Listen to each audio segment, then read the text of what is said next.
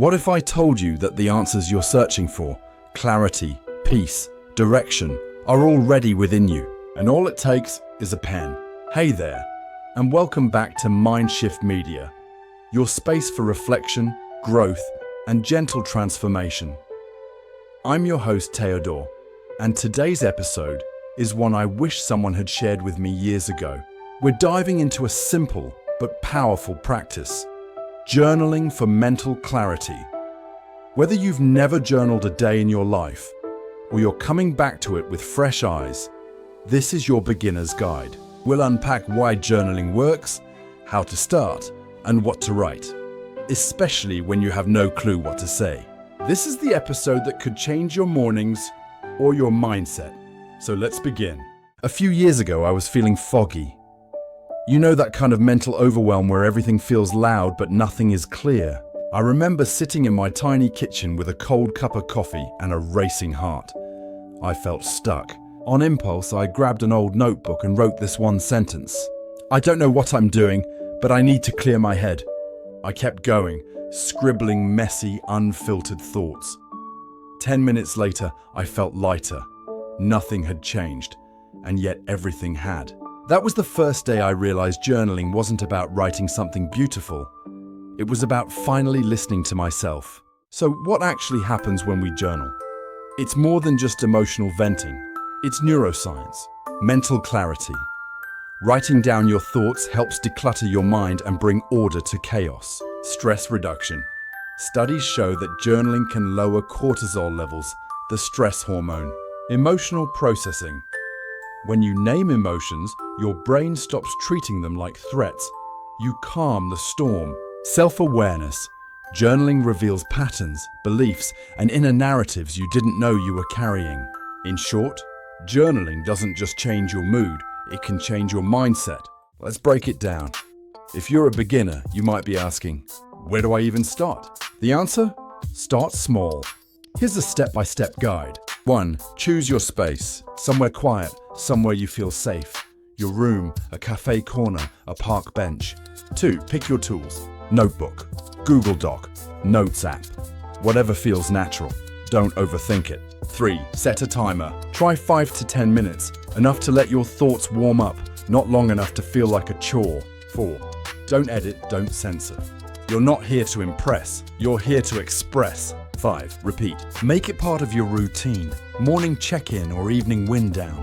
It's not about perfection, it's about presence. This is the part most people get stuck on. But what do I actually write? Here are simple prompts that never fail. Mental check-in. What's taking up most of my mental energy today? If I could describe my mind right now, what would it look like? Emotional clarity. What emotion am I feeling most strongly today? Why? When did I last feel fully at peace? What was different then? Growth plus goals. What do I want more of in my life right now? What's one tiny step I can take towards something I value? Self-compassion. What do I need to hear today? Can I say it to myself? If my inner critic had a voice, what would I say back to it? Just pick one and write. Let your thoughts take the lead. Habits form when you attach them to something you already do. So, journal with your morning coffee. Journal right before sleep.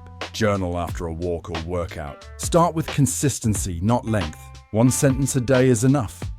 Seriously, you can even use journaling apps with reminders like Day 1, Journey, or Notion templates if you're techie. Remember, your journal is not a place for productivity, it's a place for presence. Journaling isn't just a practice, it's a quiet revolution. It's how you begin to hear the parts of you that have been whispering for years. It's the version of you that says, "I'm tired, but I'm trying." The part that still carries a childhood wound or a dream that never felt safe enough to share. Every time you journal, you offer yourself something the world rarely gives: a moment to be seen without judgment. Imagine this. You're flipping through the pages of your journal one day. Maybe it's months later, maybe it's years, and there it is. A page you wrote on a Tuesday evening, sitting on your bed, feeling like the world was too loud. You were honest, you were raw, you didn't hold back. And now, you read it with a little more compassion. Maybe even a tear in your eye.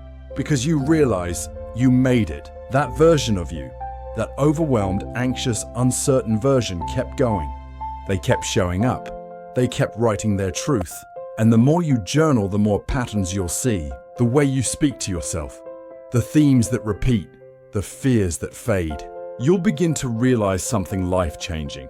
You were never broken, you were becoming. And that pen in your hand? That was your permission slip, your mirror, your map. The pages don't just record your story. They reveal your strength. They whisper, "Look how far you've come." They remind you that clarity doesn't always come in loud epiphanies. Sometimes it comes softly, in the quiet corners of a journal, where your truth has room to breathe. You are allowed to slow down. You are allowed to ask, "How am I really doing?" And you are allowed to change, one page at a time. So today, I invite you to begin. Just 5 minutes. Just one sentence. That's how every powerful journal begins. If this episode sparked something in you, don't keep it to yourself. Like, subscribe, and hit the notification bell so you never miss another mindful moment with us. And hey, if you journal tonight, tag us at mindshift.media or comment below.